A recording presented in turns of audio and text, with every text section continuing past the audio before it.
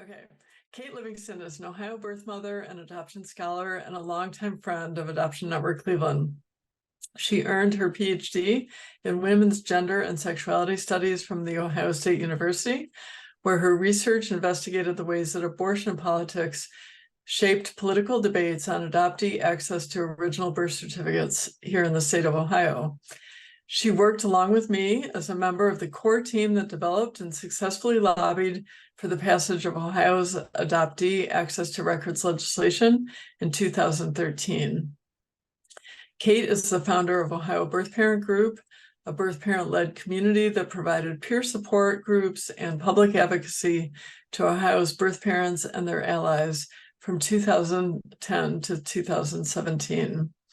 She's calling in tonight from her home in Ann Arbor, Michigan, but she promises that she's still a Buckeye at heart. As I hand the facilitation of tonight's program to Kate, I do want to emphasize that Adoption Network Cleveland does not take a stand on abortion or the politics surrounding abortion. Kate? Thanks, Betsy, and I am a Buckeye, so that's accurate. Welcome, everyone. I'm so excited to be moderating/hosting this event. We're going to start with some remarks from our speaker, and then we'll move into the Q&A. This session is definitely a place for us to be thinking critically about the language that we use when we talk about adoption and abortion. So you all know that folks use different terms to describe their experiences with adoption. And one example is birth mother or first mother. And people also use a lot of different terms to describe their politics, like pro-life or pro-choice, pro-abortion, anti-abortion. I want to challenge all of you to suspend judgment for 90 minutes. I know we can do it. And just listen for how people describe their own experiences in their politics and take the opportunity to reflect and allow each other to use the words that that make sense to us. So that's kind of an invitation for you, for your participation when you're asking questions. So let's go ahead and get this going. I'm so excited. And I had the suspicion that we could get a really great turnout for our guests today, and you did not disappoint.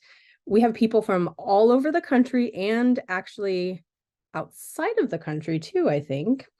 And also with a range of adoption experiences.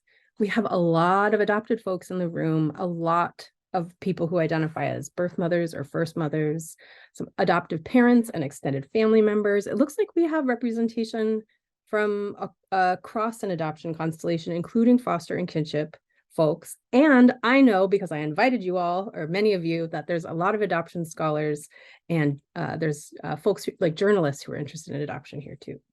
Now, okay, so with all of these diverse experiences in this room, I think it's really important to make a shared invitation to you all. So if you remember, what inspired tonight's event is this question: in a political moment in Ohio, where adoption is often evoked as an abortion alternative, what can we learn from the experiences of women who have relinquished children for adoption? Because it's really common for adoption and abortion to be pulled together into the same conversation. As a birth mother, I've encountered that adoption is an abortion alternative everywhere. I've encountered it in church or on social media. Politicians say it. One time, the bus driver on the city bus that I was riding on suggested it to me when I was pregnant. So I know that many of you have your own stories to that effect, and we're all encountering that intersection, maybe in feeling a little bit isolated. But our guest tonight has dedicated a lot of time to pulling our stories together and digging really deeply into the experiences of women who have relinquished children through adoption in this larger context of conversations on reproductive justice. So I'm so excited to welcome Dr. Gretchen Sisson. Gretchen is a research sociologist at Advancing New Standards in Reproductive Health, which is at UC San Francisco, where she studies adoption and abortion in the United States. Her work on pregnancy decision-making after abortion denial was cited in the dissent for Dobbs versus Jackson Women's Health Organization, which is the Supreme Court decision that overturned Roe versus Wade. And her studies on adoption include hundreds of in-depth interviews with women who have relinquished infants for domestic adoption over the last 60 years, with a focus on women who have relinquished since Roe. And I know that many of you have encountered her commentary and her writing in national media outlets like the Washington Post and The Nation. But here, we're here to talk about her new book, which is called Relinquished, The Politics of Adoption and the Privilege of American Motherhood, coming out in February, is that right? On St. Martin's Press. So welcome, Gretchen. We're so excited to have you here tonight. Thank you, Kate. And I want to thank Betsy and Adoption Network Cleveland for giving me the opportunity to talk with all of you about the book. And really, especially want to thank Kate. Kate has been with this project every step of the way. And it's been a long journey getting this book out into the world, from data collection to publication. And I'm really grateful for Kate's thought partnership throughout. So thank you, Kate. And thank you everyone for joining the conversation here. So Kate asked me to talk a little bit about kind of what sparked my journey on this research. And it's important to understand this was 10 years of data collection. So to understand kind of how I started studying adoption, you have to go back to like 2009, 2010. So it's been a journey. And the answer is the very scholarly answer of it's MTV's fault. Because back in 2009, I was working with an organization called the Massachusetts Alliance on Teen Pregnancy, which was a group that worked with pregnant and parenting teenagers. We were working with the Boston City Council at the time, working with the Massachusetts State Legislature to develop policies that were more supportive of pregnant and parenting students in the Boston Public Schools and young families across the Commonwealth. And this was the summer when 16 and Pregnant started airing on MTV. And I was volunteering at the Abortion Fund in Boston. I was finishing my master's thesis, which was on infertility and how couples were making decisions about infertility treatments and how to build their families. And this show kind of became this cultural artifact that as a sociology graduate student kind of dropped into my life, and really framed this way of understanding vulnerable families, really stigmatizing young parents. The show was designed to make young parenthood as undesirable as possible. The idea that if you really stigmatize young parents, you can prevent teen pregnancy. And then there was this one sort of case study, you can tell I'm a sociologist, so there's one case study, there's one episode about a couple who had relinquished their daughter for adoption. And she was quite literally put up on this pedestal, right? And told that she was such a mature, good, loving mother for recognizing that she couldn't parent, recognizing that she was so immature, and relinquishing her daughter for adoption. And I would look at the young women that I was working with, the young mothers that I was working with at the time, and how hard they were fighting to take care of their children, to assert for kind of basic rights and dignity for their families. And then I would look at this sort of cultural narrative of like, oh, well, adoption is just the solution. And as I said, I was volunteering with the Abortion Fund, and I was seeing the ways that adoption was framed as a solution to abortion. I was talking with couples dealing with infertility, seeing the ways that adoption is also their solution, and the ways that adoption is just presented as this panacea almost, that means that we don't have to take care of all these other challenges. We don't have to think of other ways to care for families and people. And so I wanted to look at that more deeply. The Girls Who Went Away, Ann Fessler's tremendous book, had just come out a few years ago. I had, of course, read that. And I wanted to understand the ways that adoption was functioning at the time.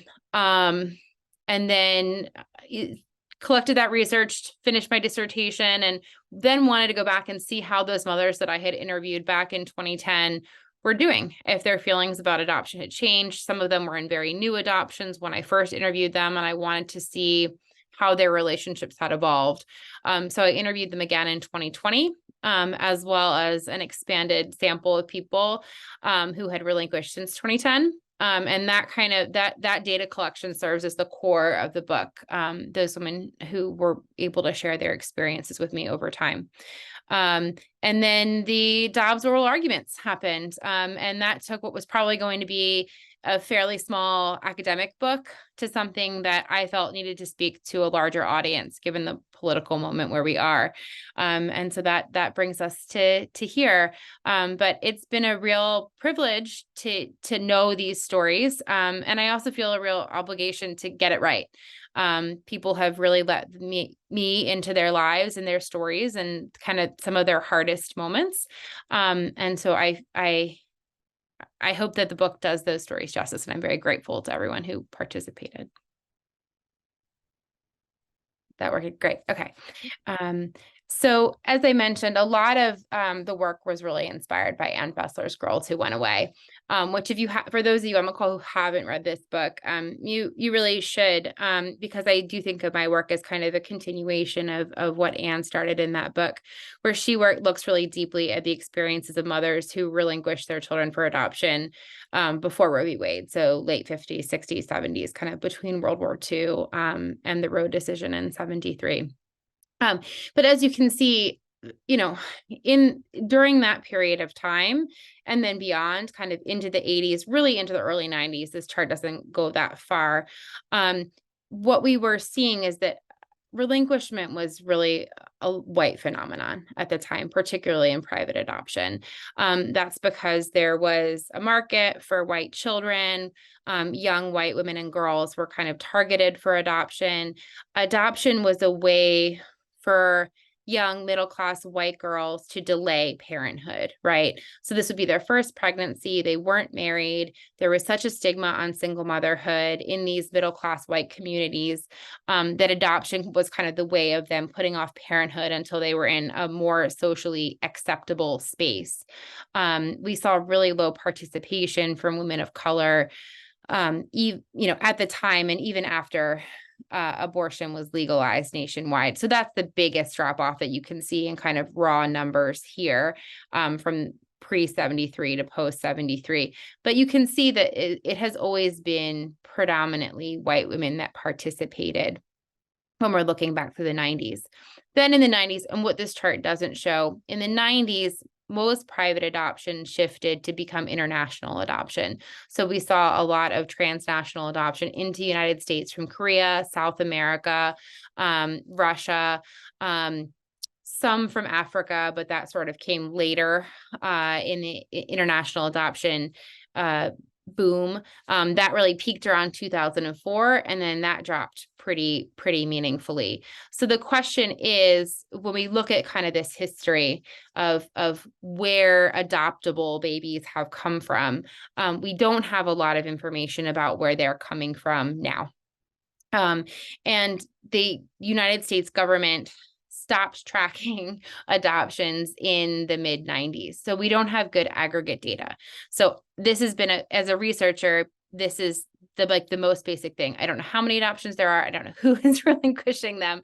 And so the fact that we don't track them drives me crazy. But so I did try to go out. I was able to pull together a sample of about 8,000 adoptions from 2011 to 2020 to kind of get a bigger sense, to orient the qualitative data that I had from the mothers who shared their stories with me. So here's kind of some of the demographics for mothers today. We see that the majority of them are still white, so 55, 56%. But it's of course much lower when you look at the fact that we had virtually no participation for women of color as recently as the 80s and 90s. It's a far higher percentage now. The age demographics have also shifted a little bit compared to the overall birthing population. This isn't that different. It does skew a little younger. So the under 16s are much higher than the overall birthing population, but it's no longer primarily a function of youth. Instead, what we're seeing is that really income and financial instability or deprivation is kind of the defining characteristic for most women who are relinquishing. So you can see here, 64% of the mothers in this sample had an annual income of under $5,000. And you can see it skews, even more towards the lower levels, even above that. The majority of them are unemployed at the time of relinquishment. 88% have their health insurance through public health insurance, Medicaid or state Medicaid programs. That is about twice the overall birthing population. So we know that we're really over-indexing on groups of women who are reliant on public assistance for their medical care at this time, which is meaningful because the income thing can sometimes be skewed. If you're a teenager, you're living with your parents, you probably have pretty low annual income, but it doesn't necessarily reflect your overall access to financial resources. So the public insurance is probably the biggest indicator of the fact that poverty is really the defining characteristic here. We also saw that gestational age at agency contact. So this is where they were in their pregnancy at the time they first reached out to an adoption agency or were first in contact with an adoption agency. You can see that half of them are in the 3rd trimester, so pretty late in their pregnancies. And then more are at delivery or postpartum than at any other earlier part in pregnancy. So what this means is when we talk about abortion and adoption being similar decisions, these women are far past the point at which they would be considering or trying to access an abortion, to the point that more of them have already had their baby than are in the 1st trimester by a very large margin, as you can see. So this is the first indication that women just are really not choosing between abortion and adoption. And we also see this in the annual numbers. So there are about 850 to 900,000 abortions each year in the United States. These are pre-Dobbs numbers. The number actually hasn't fallen that much in the first year. There are a number of reasons for that. It will probably tick down as abortion becomes increasingly difficult to access. But for now, that's certainly the pre-Dobbs number and where we were. There are about 4 million births. And of those 4 million births, there are about 18 to 22,000 private domestic adoptions. So you can see, the lifetime frequencies for this add up, that about 33% of women have an abortion at some point in their life. This number is a little high. I should update this slide. It's really close. It's really between 25 and 30, but a good proportion of women will have an abortion at some point. 84% of women will give birth, and less than 1% will relinquish an infant for adoption. So when we talk about these 3 options, the numbers just they're not even on the same scale, right? Birth and abortion are really common reproductive experiences, and adoption is comparatively pretty rare. Okay. All right. So that's it for slides. I didn't want to get too in the weeds on the slides, but I did want to kind of give those of you who are new to this conversation, just some context for who we're talking about and kind of what brings them to adoption in the first place. So that's where we are. And I'm going to turn it back to Kate for our conversation. Well, I actually already have some questions in our Q&A queue, and one of them is a really great clarifying question. So Stacy asks, first, it's fascinating that the government stopped collecting adoption data in the mid-90s. Was this during the Clinton years, and what was the rationale? Do you know anything about the background there? I don't know. I think it was just something that fell through the cracks. I don't think that there was like an agenda to stop counting these practices. The states still do count adoptions because they happen in their state courts. And I could get really into the weeds on challenges with counting. The issue is that adoptions that are very different experiences for the people involved are legally identical, right? So if I'm divorced or widowed and I have children and I get remarried and my new husband adopts those children, that's a private adoption. It's the exact same practice legally as a infant relinquishment and non-kinship adoption, right? As far as the state's concerned, those are legally identical situations, whereas in reality for both the parents involved, for the adopted person, that could be a very different way of understanding their life and their connection and kinship relationships, right? Whereas, private relinquishment, where a mother terminates her own parental rights for the purposes of private adoption, might feel very similar to a foster care adoption where the state removes a newborn and places that child in foster care that becomes an adopt to foster care situation, right? That might be a very similar experience, but legally they're very different because one is a private termination where the mother is relinquishing her parental rights, and one is a state termination. And so, this is part of the challenge with counting. I don't know why the federal government stopped collecting that data. I haven't been able to get a good answer. I don't have reason to believe that they just, that there was some nefarious reason for doing so, but they did stop, and it is a point of frustration to me personally, and I think to a lot of people who work in this space. Thank you. I want to dig into the the examples that you have from your interviews, but there is a lot of data that you've shared with us that I want to make sure that folks can make sense of. So first, another invitation to add questions into the Q&A. That's an invitation to the audience, and I'll check those out. But I have some questions for you about the data that you shared. So you said that one of the points of evidence that women aren't actually choosing between those two options in the ways that people talk about them as kind of like the flip side of a reproductive decision. Can you talk a little bit more about the significance of those numbers? Why does it matter? Why does that data matter for us in this, for those of us who are interested in adoption, and also for those of us who are here because we're interested in that connection to abortion? What do you think the number tells us about how women are actually making decisions? We know at which point they're contacting agencies, but from your interviews, can you tell us a little bit more about what people's decision-making process actually looks like? Yes.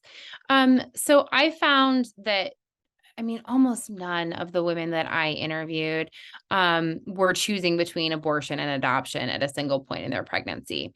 So some of them wanted to have an abortion, but for some reason they couldn't. Right. So they either couldn't afford it. So they ruled it out because they couldn't afford it. They tried to get one and were denied access to care. They thought about it, but then immediately decided it wasn't for them. They weren't comfortable with it. For some of them, it was because they had anti-abortion beliefs at the time of their pregnancy. For some of them, it was just because they were considered themselves pro-choice, but they were just uncomfortable with it. Or they found out that they were pregnant too late in the pregnancy for that to feel like a meaningful option for them. So for whatever reason, they have ruled out abortion or had it ruled out for them. And then faced with the decision. 24 hours of nourishing micro moisture. That means your skin still feels healthy. Hold on, let me figure out what's going on there. Is that on your side? And now too. Get it. Sorry. Thank you. Sorry. So, that option is off the table, and then they turn to adoption when they can't figure out a way to get the abortion that they want. Or what was far more common was women who were pregnant might have had mixed feelings about their pregnancy, might have been very happy to be pregnant and wanted to or intended to parent, and got to a point in their pregnancy where that didn't feel tenable. And so they would reach a crisis late in their pregnancy. Their partner was failing to deliver for them for some reason. He wasn't showing up. Their own parents were not supportive and not, we're going to kick them out of the house once they gave birth. And they would come to this moment of crisis in their pregnancy where parenting didn't feel tenable, and they turned to adoption as the solution. Or, and as we'll talk about this a little bit later, adoption was marketed very heavily to them and pushed on them very heavily as a way to kind of respond to whatever crisis they were facing at the moment.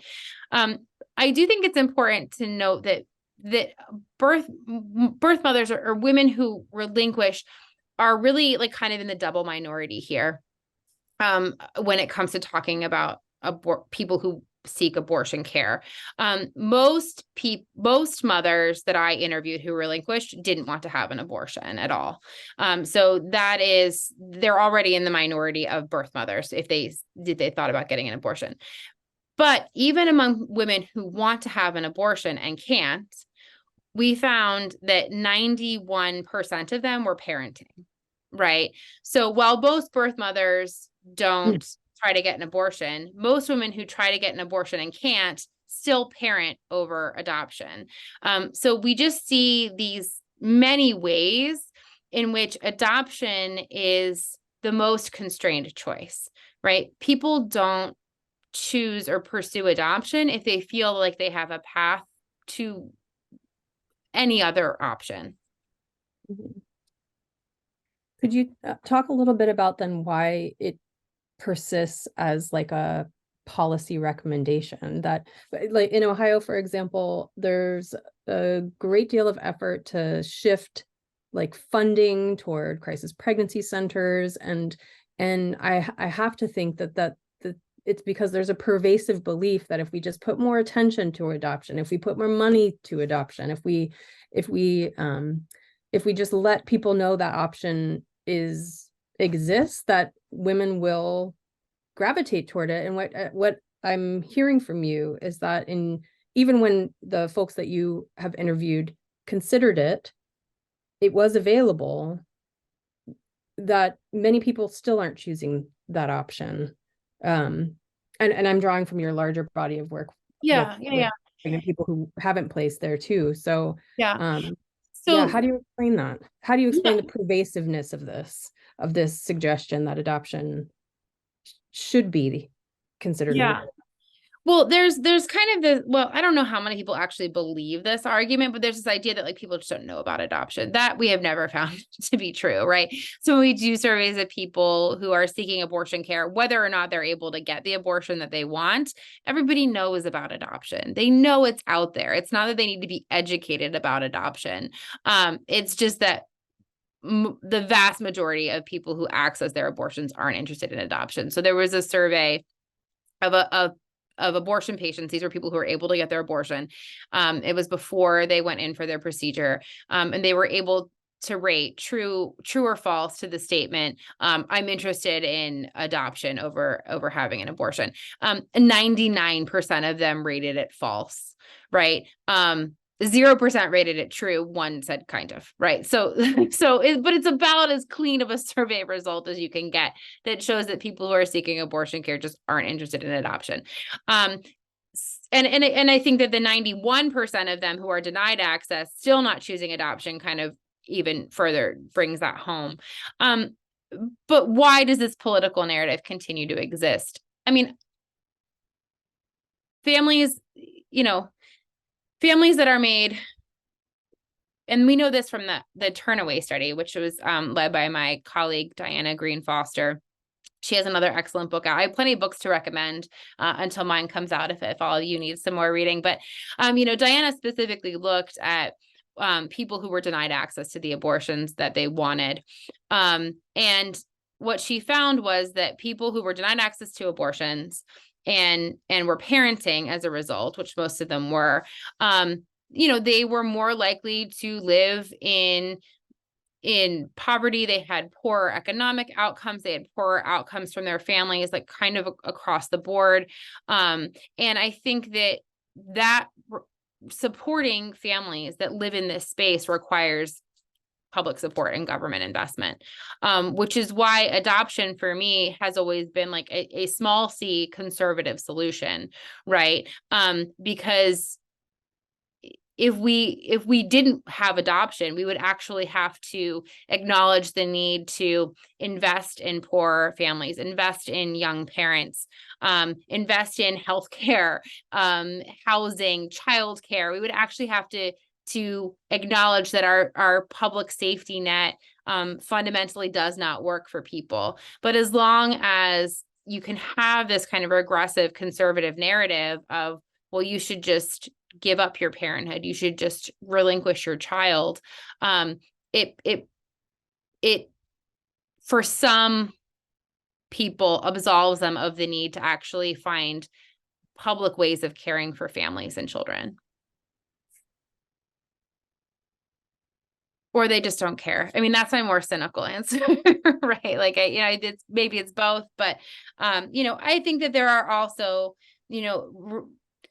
we underestimate the extent to which religion really shapes the practice of adoption in the United States today. Kate, you don't, but we generally as a society underestimate the extent to which this is a religious practice. There's a gospel of adoption, there's a calling. And so adoption isn't just offering a solution to not caring for vulnerable families. Adoption is also, a religious practice for a lot of people that they believe is doing a social good. And so that's, I think, another motivation for framing adoption as a solution to abortion care. Could you talk a little bit about one of the reasons I really appreciate your book is that, first of all, The Girls Who Went Away is like epic. Everyone needs to read it, but it's limited in that it relies on like a set of interviews that are happening, I think, at like particular moments in time. You had the opportunity to talk with folks across over a decade in some cases, it sounds like. Could you talk a little bit about how, like, what you learned through the fact that your work with these folks was longitudinal? How did their thinking about their decision making, did it change over time? Like, did the stories they told at the beginning, were they the same, different than the ones they told you 10 years from then? That this seems like an important thing to touch on. Yeah, I'd like to read a little bit if that's okay, because I think people are better people are best at telling their own stories. So this is from a chapter called 10 Years Later.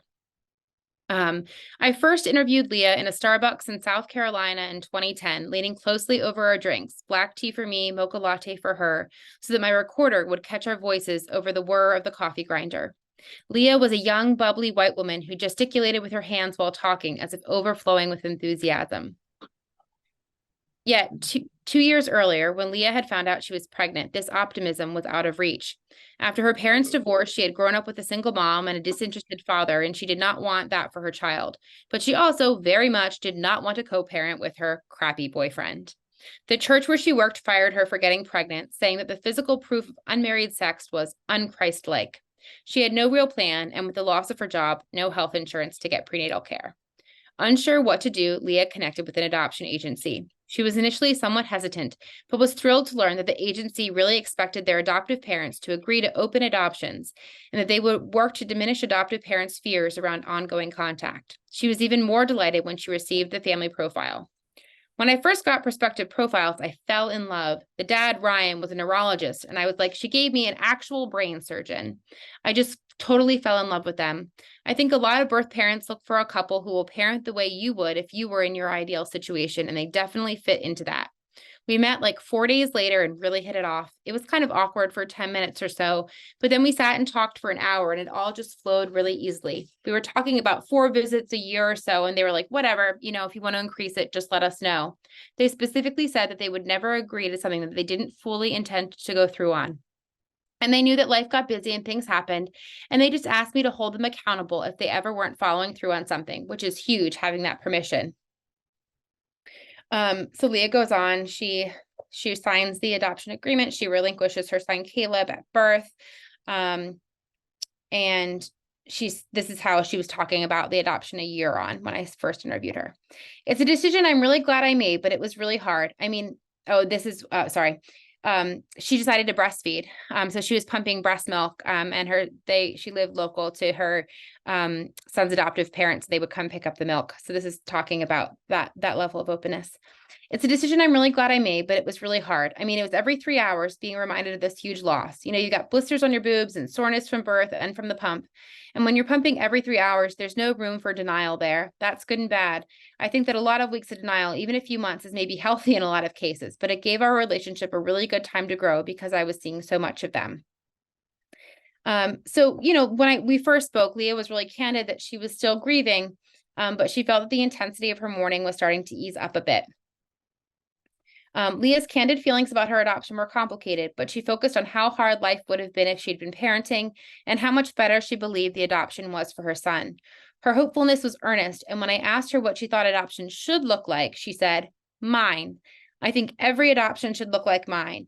Mine wouldn't work for everybody, and not every birth mother would be comfortable. It's very hard for birth parents to feel confident in that relationship and to feel like they're bringing something to the table. But my son is aware of who I am. They talk to him about me. They say birth mom. When Jacqueline tucks him in at night, it's mommy loves you, daddy loves you, and Leah loves you. There are pictures of me in their house, and it's like I'm part of their family. It feels like a natural relationship.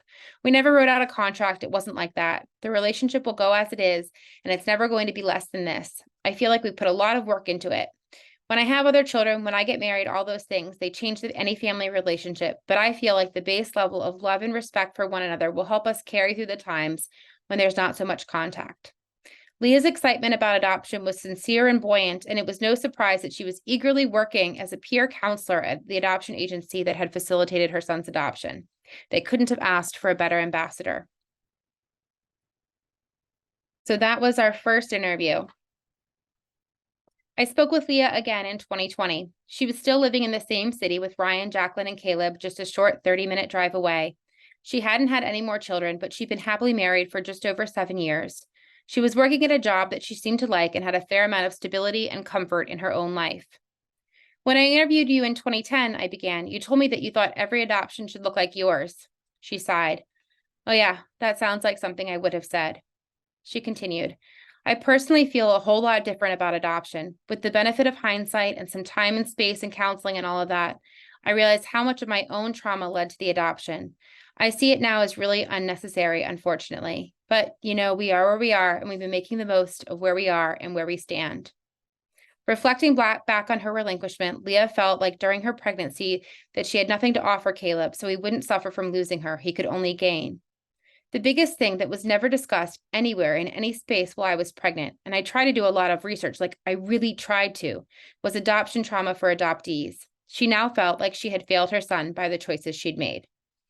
That goes on, but, I think that this is really, I heard a lot of stories like this, where you have this woman. She's not that much younger than me, but I think of her as young. When I look back, I was young when I started these interviews, and this level of optimism, this level of enthusiasm, this sense of real connection with her son's adoptive parents, and then coming to a very, very different place.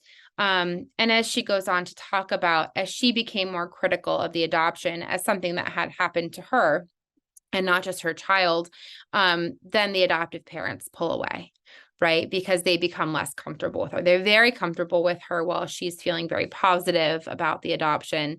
They're far less comfortable with her as she becomes more critical of what happened. And things like, Leah finds out that her son has autism, and her husband has autism and is neurodivergent. And she feels like in some ways her home would be kind of more accepting of some of his differences and his ways of thinking about the world and seeing the world. And her son has a really good relationship with her husband, who's not his birth father. And I think that she had real disagreements with how he was being raised, and how his adoptive parents were supporting him and understanding him. And, those things are only going to come out over time. You can't, as a pregnant person, make a decision and know how it's going to go, know what that child is going to be like and going to need, know what your own life is going to look like 10 years later. And, I heard nothing catastrophic happened in Leah's, right? There were stories where adoptive parents cut off all contact. And I would interview mothers who are like, I haven't seen my kid in 8 years after being promised an open adoption. There were certainly those, but what I think Leah's illustrates is nothing terrible happened, right? These weren't bad people. She didn't understand herself to be coerced at the time. And it still came to this place where she believed that the adoption wasn't necessary, and where she felt really unsatisfied with the relationship they had at that moment. So that was, I heard a lot of stories like those. These stories are really instructive, and they're perhaps a way for folks to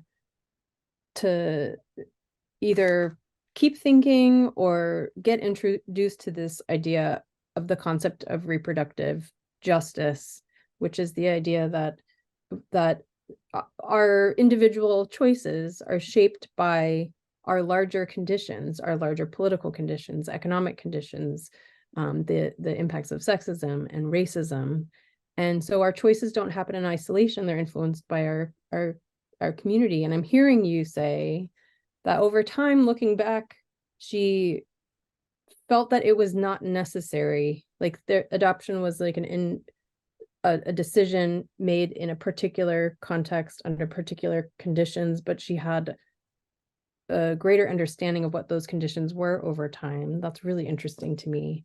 And you also mentioned earlier that it was part of the data that you shared with us that people are often choosing in the middle of a crisis.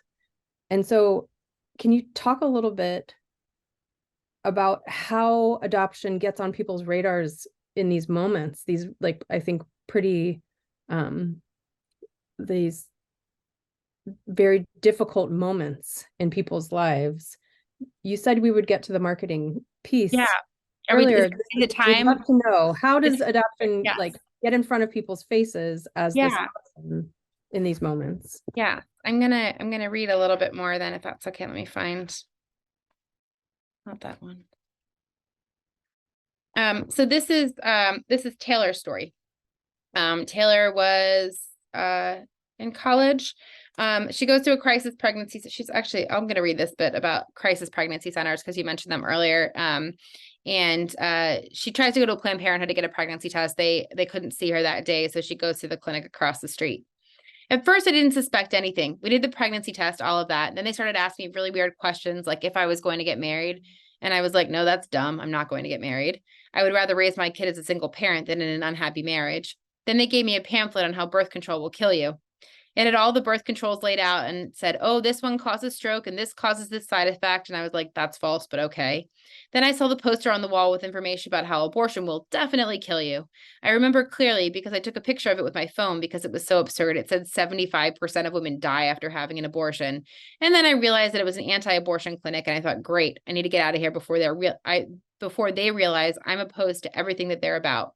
So I ended up getting the information that I needed, the confirmation of pregnancy, to get signed up for WIC and Medicaid and all of that. And then I left. So Taylor was very pro-choice. She wasn't interested in having an abortion. She just kind of ended up in this CPC. But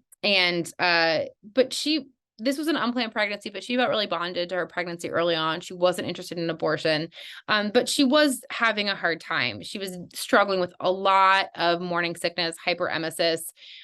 She lived across the country from her family, so she had to sell her car to fly home so that she could be around her own parents to help support her during the pregnancy.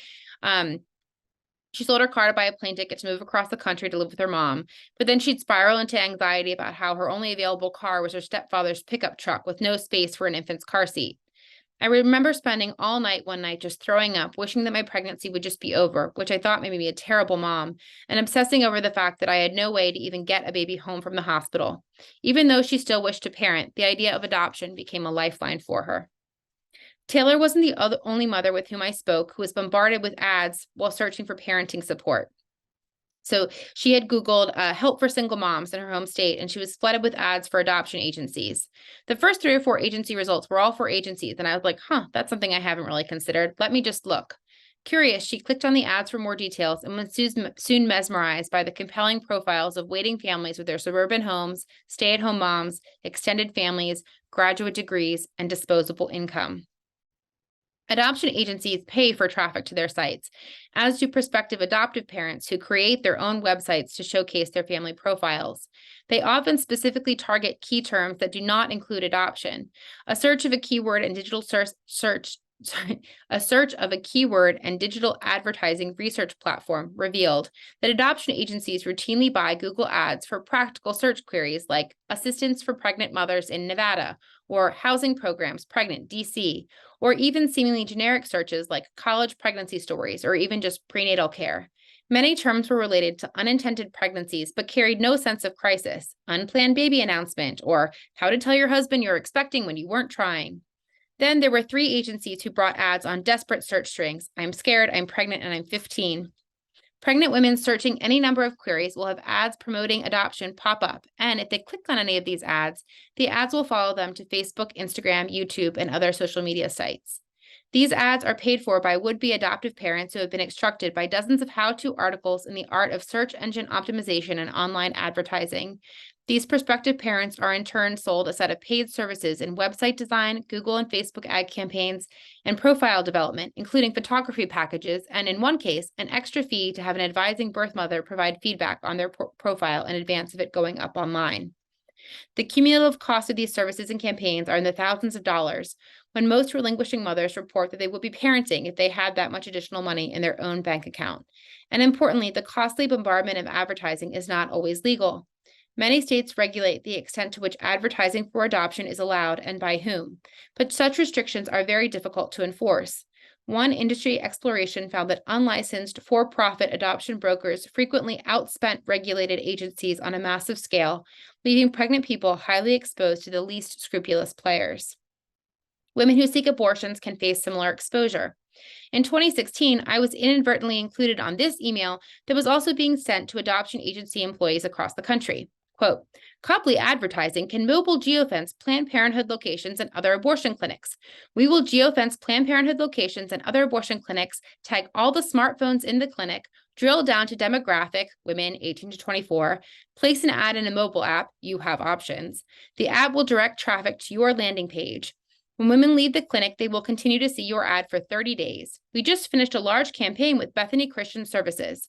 If you are not the appropriate person to contact, please forward the information to the correct contact. Thank you. I was not the appropriate person to contact. The banner ads Copley offered would appear on the phones of anyone in or near healthcare facilities that provided abortions.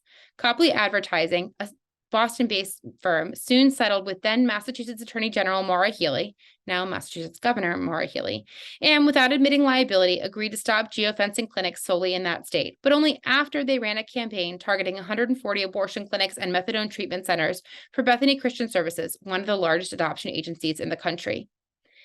This legal intervention in Massachusetts doesn't mean geofencing has gone away. In 2022, Choose Life Marketing, a digital marketing firm that works primarily with anti-abortion crisis pregnancy centers and adoption agencies, was still geofencing, not only just physical geofencing of clinics, but virtual geofencing. Virtual geofencing allows adoption agencies to advertise directly to people who have visited specific URLs, including abortion clinic sites or places to order abortion pills online. So that's kind of part of the marketing piece. And I think, thank you for bearing with me as I read, but I really said everything I needed to say in the book. So, and I think it gives you a sense of the way that I hope to bring kind of this political and social insight to the stories that have been shared with me. But I think that, what this reveals is that, adoption, people have this idea that there are all these children out there in need of homes. We have wait lists. Every agency have wait lists. And because we don't count adoptions, it's hard to know how many people are actually waiting for a baby. But it's between 8 and 45 waiting families for every infant that's relinquished. So you have a very, very, very high demand. So agencies are very, very aggressive in their marketing when it comes to increasing supply. And you have Bethany Christian Services, which worked with Copley and which is discussed in the book at length. I mean, they're one of the largest adoption agencies in the country.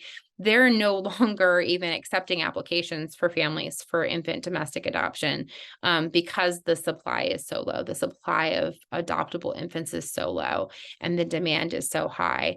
And so this cultural narrative that we have, that adoption is a way of providing families for children who need it, is really runs counter to the extent to which adoption agencies have to go out of their way to try to sell adoption to pregnant people who are in a vulnerable place.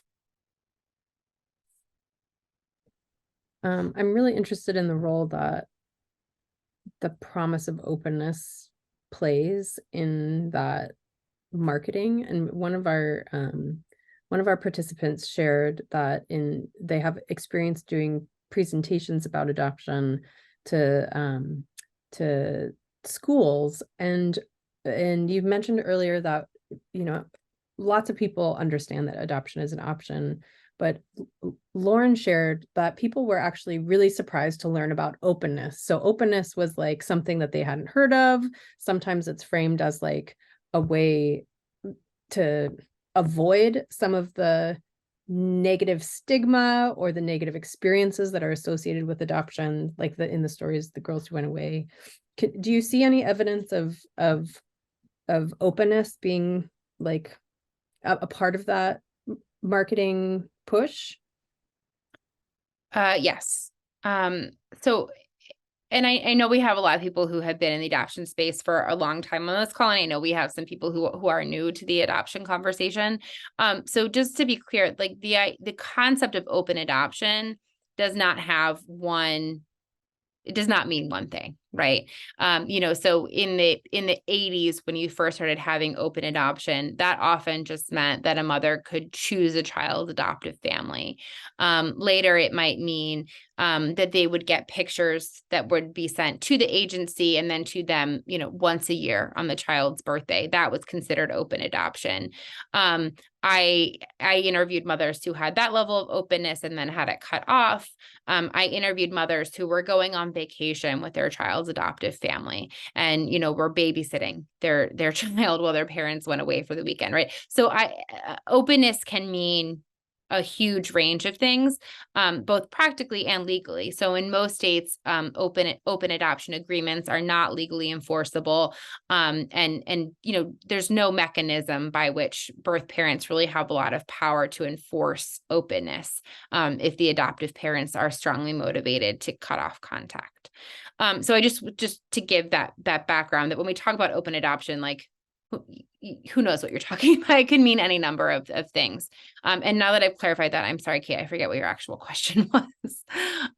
If openness, marketing. the promise of openness was a part of the marketing approach. Yeah. Yes, and it has to be. Like if women didn't have some level of access to open adoption, I don't think they would relinquish at all. So they are given something that makes them more comfortable with adoption. I want to say only one of the mothers I interviewed, I'd have to actually go back and look at all the numbers, wanted a closed adoption. And that's because she was in a very unsafe relationship. And she was worried that if her child's birth father found out that they existed, that the child wouldn't be safe. So she wanted a closed adoption. They actually found a way to keep it semi-open, so she is able to get information about her child now that she's no longer in that relationship.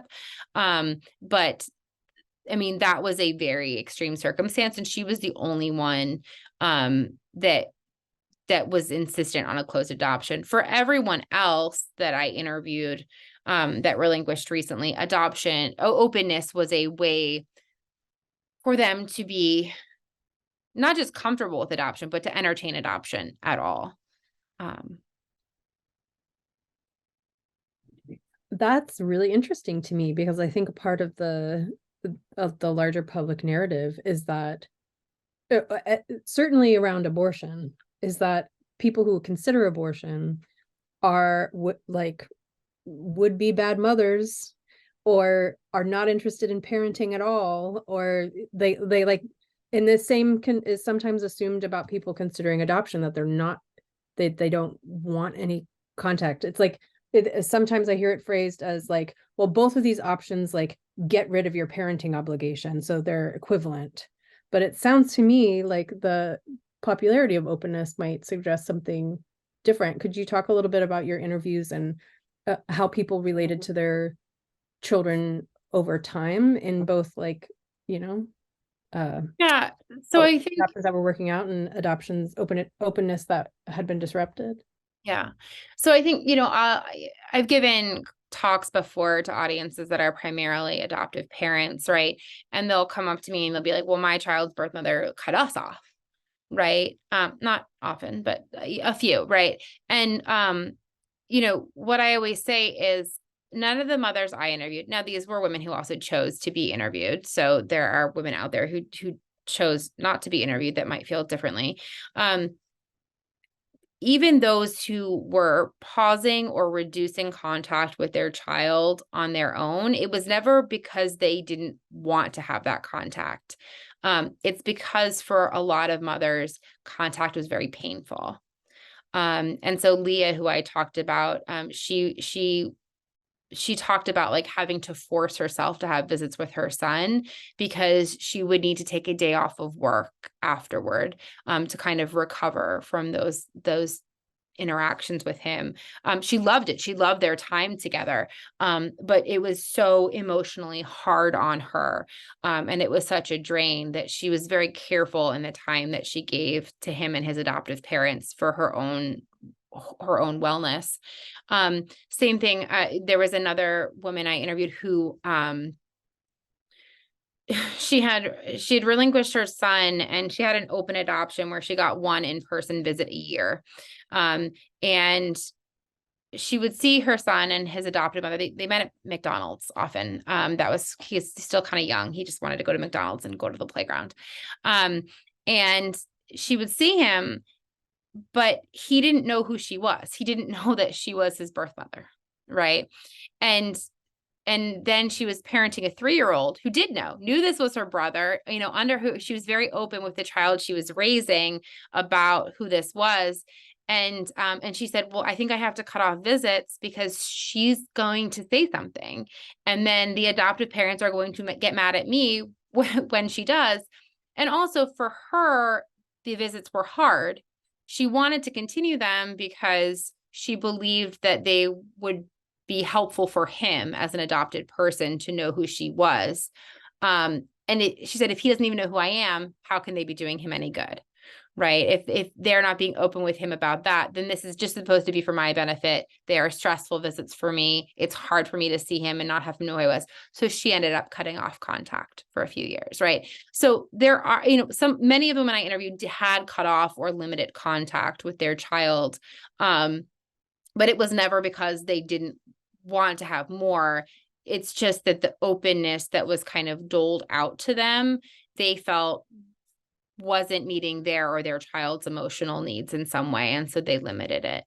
I also think that openness functions, even when openness is going well.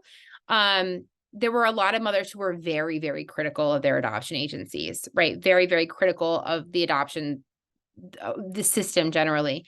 And they spoke with me, and I always knew who they were because they would ask me throughout the interview, are you changing everybody's name? Are you, how are you ensuring my anonymity? Because they worry, because they're in a somewhat successful open adoption where they're happy with the amount of contact, they're always worried that their child's adoptive parents are going to cut off contact if any of those more critical thoughts come out, right? So for some, the openness actually has kind of this silencing effect on how they talk about their own adoption publicly. But to get back to your original question, I think that the work of, yes, it's clear that adoption today does not, does not eliminate the work of parenting for a lot of these women. It changes the shape of it, right? It changes the daily obligation, but it does not change their desire to know their child as they grow. And I do think people often ask me, well, adoption is different today. Is it as right? I say this hesitantly, that I do think that openness is protective to some degree, right? When you read the stories that Anne has shared and Girls Who Went Away about mothers who were in such coercive, secretive adoptions where they did not know if their child was alive or dead, right? That sort of absolute trauma is very clear. I do think that openness protects from some of those most dire trauma outcomes. But I also do think that openness requires a different way of navigating a trauma for mothers who are separated from their children. I don't think that it eliminates it. I think it tampers it in some ways, and I think it changes what it looks like to process that and live through that. I could ask you questions all night long, Gretchen, but I promised that I'd open the Q&A up. So I have received a ton of questions. I'm going to choose, it's going to be like a popcorn. Some of the questions might not relate to the one prior, but I'm going to see if we can get a diversity of topics in the mix for you. And one of them you already touched on just a moment ago, which is a question from Becky, who asks, what's the biggest difference you observe between the birth mothers of the baby scoop era from the girls who went away versus the birth mothers you interviewed? You've been bringing a bunch of things to the fore. Is there anything else that you want to highlight about these some of the differences? I think that, so I always think that adoption is an expression of a power imbalance, right, in a relationship. And I think when we look at the pre-Roe girls who went away, their lack of power came from their youth, right? The stigma around single motherhood, the fact that most of the time their parents were making decisions about this pregnancy. And so it was a very gendered and age-based sort of powerlessness. What I see increasingly today is a powerlessness that's rooted in poverty. I think that that's kind of the biggest shift that we've seen. I will also say that adoption, before I mentioned this earlier, was a way of delaying parenthood for a lot of those young women and girls. Today, a lot of the mothers I interviewed were already parenting children at the time of the adoption. It wasn't a way of delaying parenthood. It was a reflection that they didn't feel like they had capacity, usually financial capacity, to raise another child at the time. So it's no longer about sort of this single mother stigma. They were already mothers. And I think I should note, most women who seek abortions are already parenting at the time of having their abortion too. So this is it is a more similar situation than I think it was prior. So those are kind of the two biggest shifts that we've seen historically that not just separate birth mothers today from birth mothers from 50 years ago, but that kind of unite the mothers that I see today in their experience. Thank you. And I also want to make another open invitation, because I realized that folks that might have joined after I gave instructions for how your participation would be invited. If you have a question, you can submit it using the Q&A function on Zoom. And that's on the bottom of usually the bottom of your Zoom screen. It says Q&A. When you open up that box, you'll see a text box, kind of like chat, and you'll submit your question there.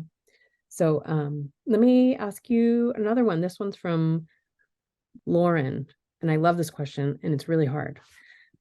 People sometimes regret all kinds of reproductive and non-reproductive decisions and or what led up to them in the context of their lives. How do you think adoption is or is not reflective of this? Hearing Leah's story, so that the first one that you read, given that Leah might have also regretted parenting or anything else she might have chosen. What do you think? Yeah, I mean, look, people are allowed to make decisions they regret, right?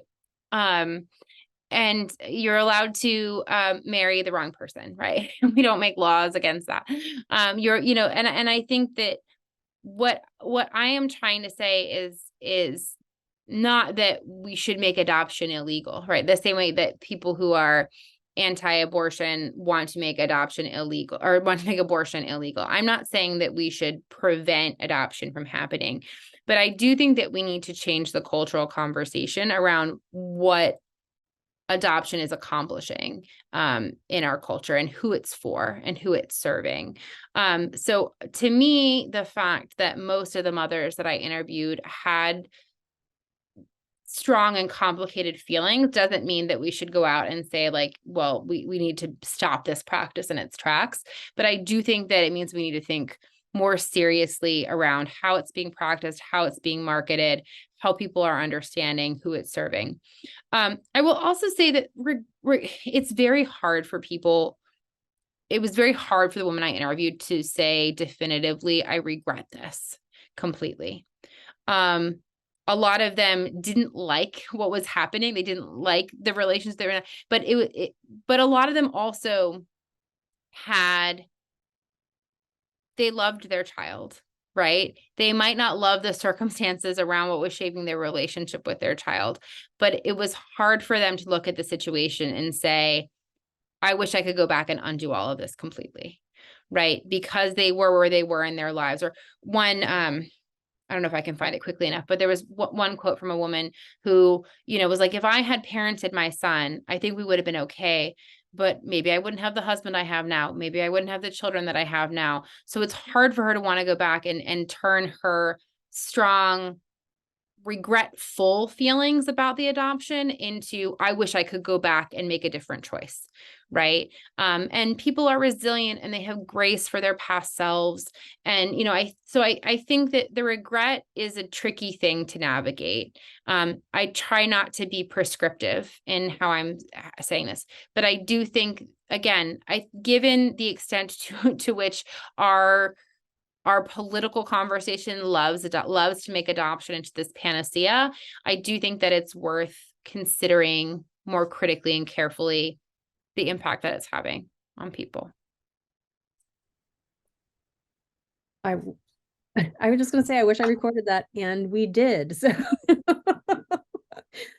one of the things that you just mentioned that actually connects with the next question I'm about to ask you from the audience refers back to, your call to rethink, not to make adoption illegal, but to rethink what adoption is and who it's for. And Rosemary has a really cool question, which is about your use of the word privilege in the title of the book. So Relinquished, the Politics of Adoption and the Privilege of American Motherhood. Can you talk a little bit about why you chose that specific word and what that means in the context of the book? Oh, yeah. Yes, I can talk about this, but I will also say we went through like 50 different permutations of a subtitle for this book. And it reached a point with my editor where I was like, I just put those same words that we've used in some combination. Like, is it American adoption or is it American motherhood? Is it the politics of motherhood? So look, I'm going to mount the best defense for how we ended up with it as possible. But I'm also just going to say there was a point where I was like, just put a subtitle on the book and we'll call it a day. I mean, because I think that when I talk about the privilege of American motherhood, when I think about how this applies, I'm actually thinking about the ways that, like, it's not that it's not about adoption, but it's about the ways that we think about who's a worthy parent generally, right? And whether and how we support families more broadly, right? So it's not just about like the fact that all adoptive mothers are more privileged than all birth parents, or that, because I think that, privilege and oppression are all, we're all on different places and different scales, and we have different forces working for and against us. I think that is all true. When I think about the privilege of motherhood, I think about these broader cultural conversations about who we think is worthy of investing in as a parent. And I mean that literally when we talk about like an adoption tax credit that's up to $16,000 per adoption. And I'm talking to mothers who are relinquishing because they can't afford a $100 car seat, right? Like, we are making a choice there to literally financially invest in one person's parenthood instead of another's, right? But I also think the ways that we continue to stigmatize poor parents, young parents, single parents to a far lesser degree than we did 50 years ago, but that still exists.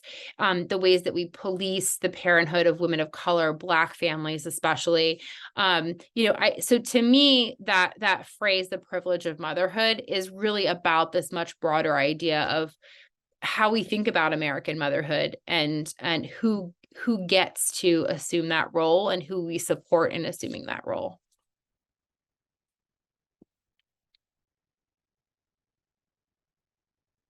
Thank you. That actually addresses a couple of different questions in our queue, one of which was about,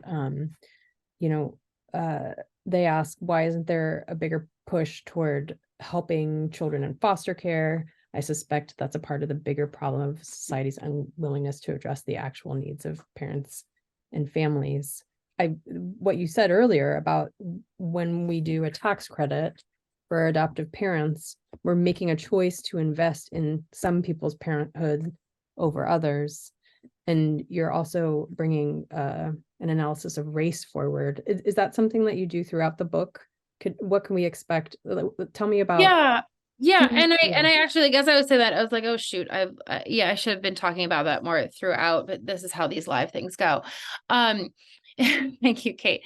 Because I think that is, of course, part of it. The book is really about private adoption. I do want to make clear, except that private adoption is increasingly entangled with foster care and public adoption and child welfare and family policing. I lean very heavily on the scholarship of Dorothy Roberts, her book Torn Apart, that came out last year, I think does a really good job of articulating the ways that our states and our government, like, quite literally invest not just in adoptive and foster families over families of origin, but also in the system for policing and monitoring those families, right? And so I think that is really valuable, and the ways that that's racialized. And this has also been a really meaningful shift in how we think about what babies are adoptable, right? So you can argue kind of pre-Roe that Black mothers weren't targeted by the same maternity homes and the same adoption systems that young white women were, because they had longer traditions of single motherhood and kinship support. That's true. But also there was no market for their children, right? And Laura Briggs is a historian who has looked at this carefully, the ways that, like, social workers just wouldn't work with Black families around adoption. And that has shifted. A large part of that shift was the increase in international adoption that I mentioned in the 90s, where we saw, again, Korean adoptees, South American adopted, non-white adopted children being brought into the United States for adoption, an increasing normalization of transracial adoption, at least on the part of adoptive families, and then the transition towards to Black children in white families, and that type of transracial adoption that we're seeing more today.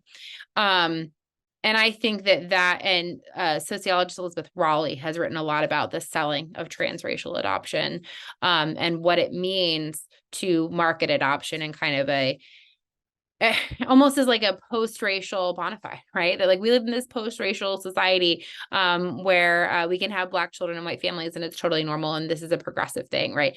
I think that we are seeing that shift, and as we see, and that's why we're seeing more women of color increasingly participating in the private adoption system. But I also want to get at, there was a mother that I interviewed who had older children, was pregnant again. The father of her older children had passed away, so she didn't have a co-parent for those older children. And she was dealing with postpartum depression that became full postpartum psychosis. And she was worried, and she was a Black woman, and she was worried that if she became engaged with child welfare services to care for the baby, that she would permanently lose custody of all of her children. And so when she failed to find other spaces for support, she turned to a private adoption agency for that child. And child welfare wasn't even involved. This wasn't a foster care adoption. But for her, as a Black woman, the threat of involving child welfare and losing all of her children was so real that she effectively gave up her baby so that she could maintain a relationship with the other children once she was able to get help for this mental health crisis that she was going through.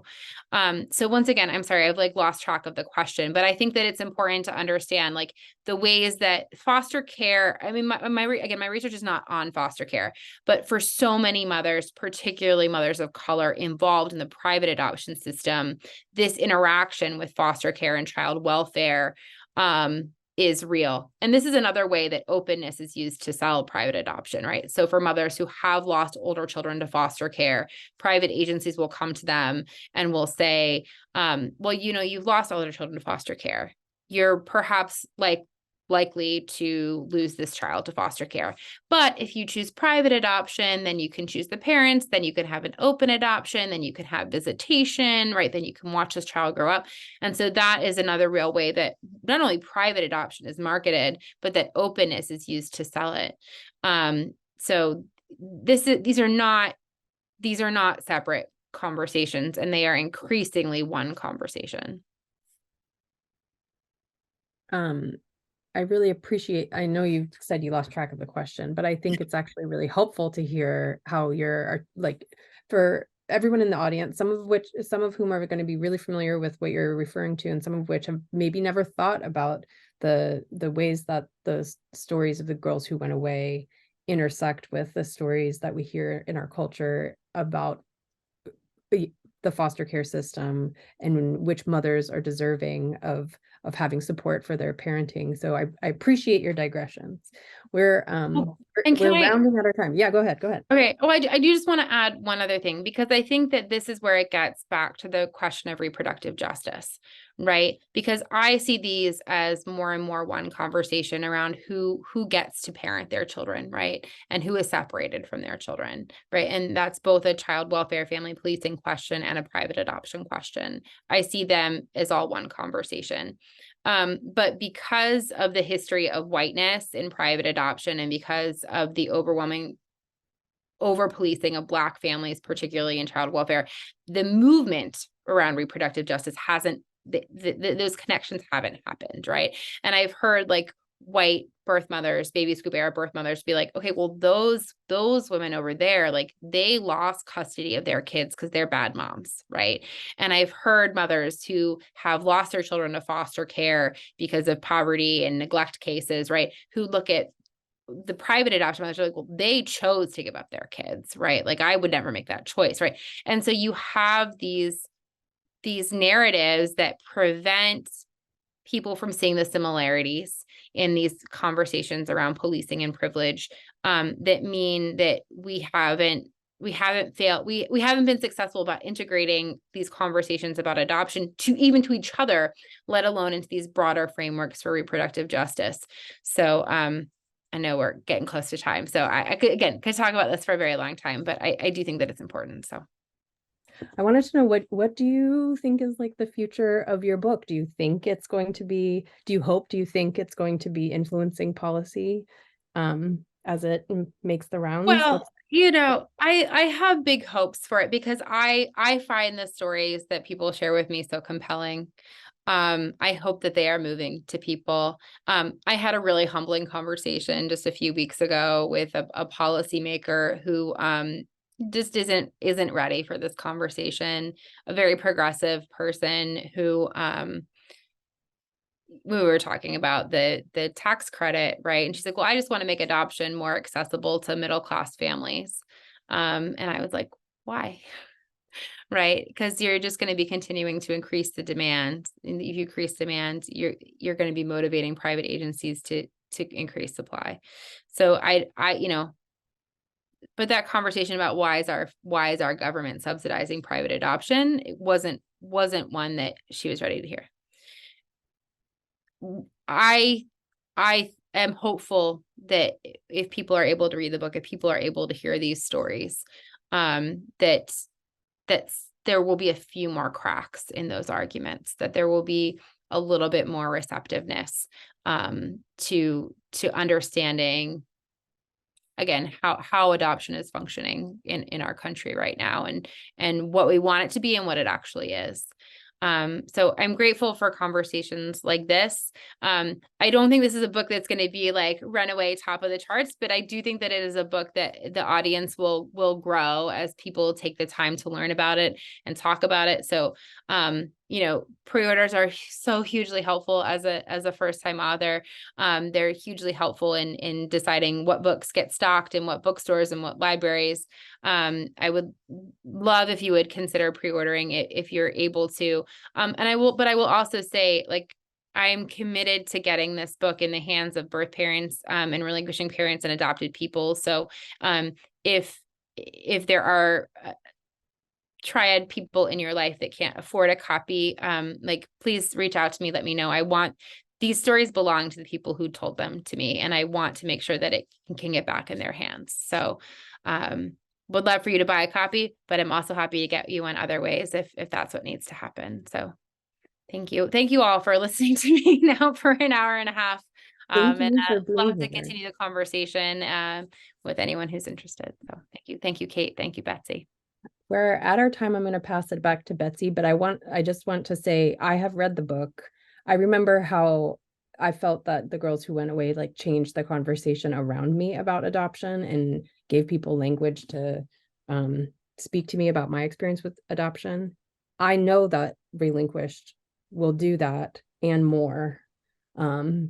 It's a beautifully written, well-researched extremely thoughtful book that I'm like so excited is coming out. So I can't rubber stamp it enough as something that I know is going to make a huge difference.